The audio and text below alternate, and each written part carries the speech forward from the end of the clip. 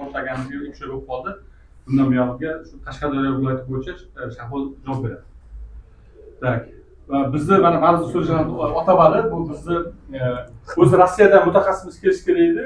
Afsus, uni vaqti bo'lmay qolib, to'g'ri kelmay qoldi.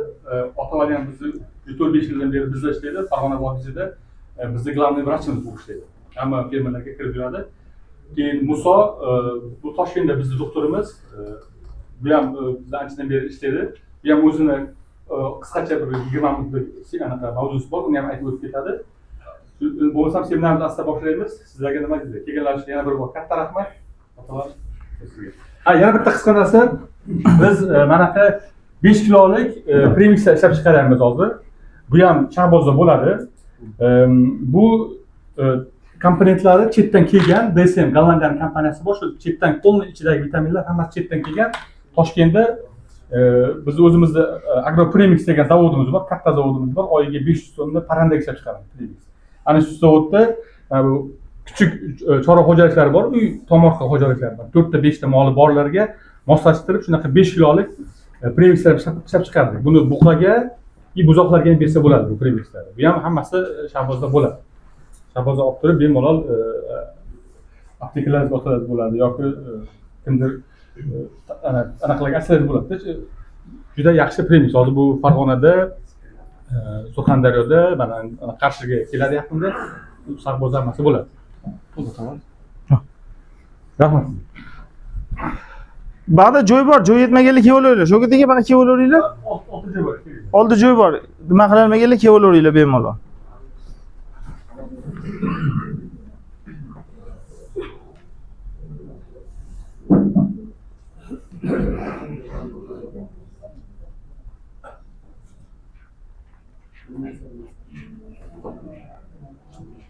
Avvalambor assalomu alaykum. Hammalarga yana bir bor kelganlaring uchun katta rahmat.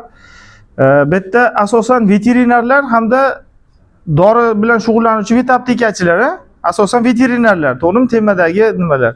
Xo'p, bo'lmasa o'sha Vetkobiotek kompaniyasi tomonidan tashkillashtirilgan seminarimizda ruxsat bersalaring boshlaymiz. Bunda asosan eng dolzarb bo'lgan 4 ta mavzuyimiz bor.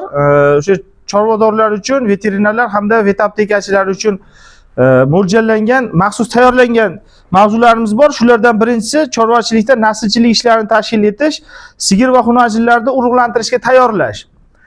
Sababi chorvachilik bu xalq xo'jaligidagi eng yetakchi bo'lgan, eng dolzarb hamda eng kerakli bo'lgan soha hisoblanadi. Sababi insoniyat mana necha yillarda mana esin tanik umuman dunyoga kelgandan boshlab chorvachilik mahsulotlarini iste'mol qiladi, ulardan foydalanadi. Shuning uchun chorvachilikni rivojlantirish bu juda ham katta ahamiyatga ega xalq xo'jaligida. Ayniqsa chorvachilik fermer xo'jaliklarini tashkil qilish, ularni yuritishda eng dolzarb bo'lgan bo'limi bu naslchilik ishlarini to'g'ri tashkil qilish. Uning uchun nimalarga e'tibor berish kerak bo'ladi? Birinchi o'rinda chorvachilik xo'jaligini tashkil qiladigan mutaxassislar yoki bo'lmasa ko'proq mana hozir biznesmenlar deymiz. Biznesmenlar bular puldor odamlar. Ular sohalarga ko'p e'tibor beradi, qaraydi qaysi sohalardan yaxshi, masalan, xalqqa foydasi tegadi hamda moddiy manfaatdorligi oshadi degan temalarni qidiradi. Ko'pchilik e'tibor beradi, qarasa chorvachilik bu eng azaldan sinmas, bitmas, tuganmas soha. Ko'pchilik chorvachilikka bor hali moliyaviy imkoniyatlarini tikadi. Lekin aslida o'zi u chorvani tushunmaydi. Ya'ni masalan sizga, bizga o'xshab veterinar mutaxassis emas u. Uni albatta birinchi qiladigan ishi, birinchi o'rinda chorvachilik ishini tashkil qilishda veterinarlarga murojaat qiladi. Ya'ni qaysi yo'nalishda, qaysi maqsadda men chorvachilikni tashkil qilsam bo'ladi yoki bo'lmasa qanaqa mollar qaysi yo'nalish uchun uni foydasi yoki zarari degan ma'noda albatta veterinar mutaxassislardan, zootexniklardan so'raydi. Unda biz birinchi qiladigan ishimiz albatta o'sha so'ragan odamga, ya'ni murojaat bilan chiqqan odamga biz birinchi o'rinda uni maqsadiga muvofiq yo'nalish bera olishimiz, shu darajada layoqatli bo'la olishimiz. Ya'ni masalan chorvachilikda yo'nalishlar ko'p. Masalan sut yo'nalishi bor, zot yo'nalishi bor yoki bo'lmasa go'sht yo'nalishi bor. Har xil yo'nalishlari bor. Shunda biz uni maqsadiga qarab zotlarni tanlashga to'g'ri maslahat berishimiz kerak. Masalan, sut yo'nalishi bo'yicha fermer xo'jaligini tashkil qilmoqchi bo'ladigan bo'lsa, mana hammaga mashhur mahalliy tilda qora ola zot deymiz, o'sha Golshten Fries zotlari. Buni ham endi har xil, masalan, amerikanskiy zotlari bor, germanskiy, lekin shu Golshten Fries zotlari bular asosan sut yo'nalishi uchun mo'ljallangan hayvonlar. Simmental mollar bor, bular simmental zotli mollar, bular asosan go'sht yo'nalishiga moslashtirilgan. Ya'ni agar biz sut yo'nalishidan foyda qilmoqchi bo'lgan odamga, chorvachilik fermer xo'jaligini rahbariga simmental molni biz tavsiya beradigan bo'lsak, u sarflagan xarajatiga nisbatan kerakli foydani ola olmaydi. Nimaga? Chunki uni maqsadi sut yo'nalishi, lekin u go'sht yo'nalishidagi molni tavsiya asosida boqdi, unda ko'zlagan natija yo'q. Masalan, o'sha hazm sistemasi kuchli rivojlangan, o'sha go'sht yo'nalishi uchun maxsus nima bo'lgan, yo'naltirilgan mollarni boqsa, u foyda ola olmaydi. Yoki bo'lmasa aksi. Go'sht masalasi bo'yicha foyda qiladigan odamga Golshten zotli molni biz tavsiya qiladigan bo'lsak, u undan foyda qilmaydi. Nimaga? Chunki Golshten mollar boshqa, masalan, simmental yoki Angus, shunga o'xshash albikol zotlariga o'xshab, ular yegan oziqasini tanaga bera olmaydi. U asosan sutga moslashtirilgan. Bizning eng katta qiladigan vazifamiz o'sha xo'jalik rahbariga zotni biz to'g'ri tanlab berishligimiz. Endi ba'zi bir joylarda ko'p savollar tug'ilishi mumkin. Masalan, simmental zotli mollar yoki Golshten zotli mollarni aralashtirib boqsa, fermadan yaxshiroq foyda oladi. Ya'ni sut yo'nalishi bo'yicha bo'ladigan bo'lsa, masalan, olaylik 80 ta sigirni ichiga bir 10 ta simmental zotli molni ham qo'shib olsa, yaxshi bo'ladi. Chunki go'sht yo'nalishi ham bor, sut yo'nalishi ham bor deydi. Bu ham qaysidir ma'noda ozgina noto'g'ri. To'g'ri xo'jalikda boqish kerak, lekin alohidalab. Sababi Golshten zotli mollar bilan simmental zotli mollarga beradigan oziqada farq bo'lishi kerak. Chunki Golshten mollar asosan sut yo'nalishi bo'lganligi uchun ular sutga yo'naltiriladigan oziqalarda ular ko'p yeydi hamda ko'p sut ishlab chiqaradi. Lekin u oziqalar simmentallarga qaysidir ma'noda ko'proq rasxod, ya'ni qo'pol qilib aytganda uvol hisobiga o'tib qoladi. Shuning uchun zona, ya'ni o'sha territoriya bitta bo'lgan taqdirda ham zakon alohida bo'lishi kerak. Shunga alohida e'tibor berishimiz kerak bo'ladi.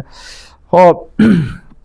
Endi bu yerda chorvachilikda bu zot nasllarni yoki bo'lmasa mahsuldorlikda yaxshi ritmda olib ketishlik uchun eng birinchi o'rinda biz naslchilik ishlarini to'g'ri tashkil qilish hamda podalarda o'sha urug'lantirishda, ya'ni tabiiy urug'lantirish bo'ladimi yoki sun'iy urug'lantirish bo'ladimi, qaysi biri bo'lgan taqdirda ham balansni to'g'rilab olishimiz kerak. Sababi olaylik 80 ta sog'im molimiz bo'ladigan bo'lsa, 80 ta sog'im moli o'zi tabiiy ravishda kuylasa, masalan, kuyga tabiiy ravishda kelib qochib tug'adigan bo'lsa, bu yerda balans buziladi. Ya'ni sut berish balansi buziladi. Masalan, olaylik yozda o'rtalariga borib sut berish pasayib ketishi mumkin, chunki bo'g'ozlikning oxirgi paytlari bo'lib qoladi, suxostoyga chiqarish kerak mollarda, yoki bo'lmasa qaysidir davrlarda sut ko'payib ketib, masalan, sharoit kam bo'lsa, ayniqsa yoz paytlarida issiq, harorat yuqori bo'lgan paytlarda mahsuldorlik eng yuqori cho'qqiga chiqib qoladigan bo'lsa, sutda achib qolishliklari yoki uni o'sha sut oluvchi firmalarda yetarli darajada ola olmasligi. Masalan, olaylik, sizdan har kuniga misol 1 tonnadan sut olib turadi, lekin o'sha yoz paytiga kelib rosa tug'im ko'payib, sut ko'payib ketdi, ya'ni 1 tonna chiqadigan sutingiz 1 tonna 800 2 tonnaga chiqib qoldi. Ana unda uni ham baribir imkoniyat cheklangan, olish imkoniyati. Mana shu muammolarni bartaraf qilish yoki ritmga solishlik uchun podani o'sha maxsus davrlarda tug'ishga moslab olish. Ya'ni masalan 20 tadan agar biz o'sha bir xil, ya'ni bir kun 1 soatda emas, baribir iloji yo'q buni, lekin bir hafta oralig'ida o'sha 20 ta molni kuyga keltirib qochirib, 20 ta mol tug'dirib, 20 ta molni masalan suxostoyga chiqarib, mana shunaqa qilib biz ritmda agar to'g'rilab olsak, bu eng katta samaradorlikka olib keladi. Uning uchun albatta har bitta molda tug'ish, ya'ni kuylash jarayoni bir xil kechmaydi. Sababi bu yerda fiziologiya degan narsa bor. Organizmda masalan zoti bir xil bo'lgan taqdirda, yemishi bir xil bo'lgan taqdirda ham uni ichki imkoniyatlari bor, har xil imkoniyat. Masalan, xuddi mana masalan shu yerda o'tirgan odamlarda ham masalan bir xil ovqatlangan taqdirda ham, bir xil kiyingan, bir xil sharoitlarda yurgan taqdirda ham fiziologik holati har xil bo'ladi. Shunday hayvonlarda ham xuddi shunaqa. Endi uni normallashtirish uchun nitofan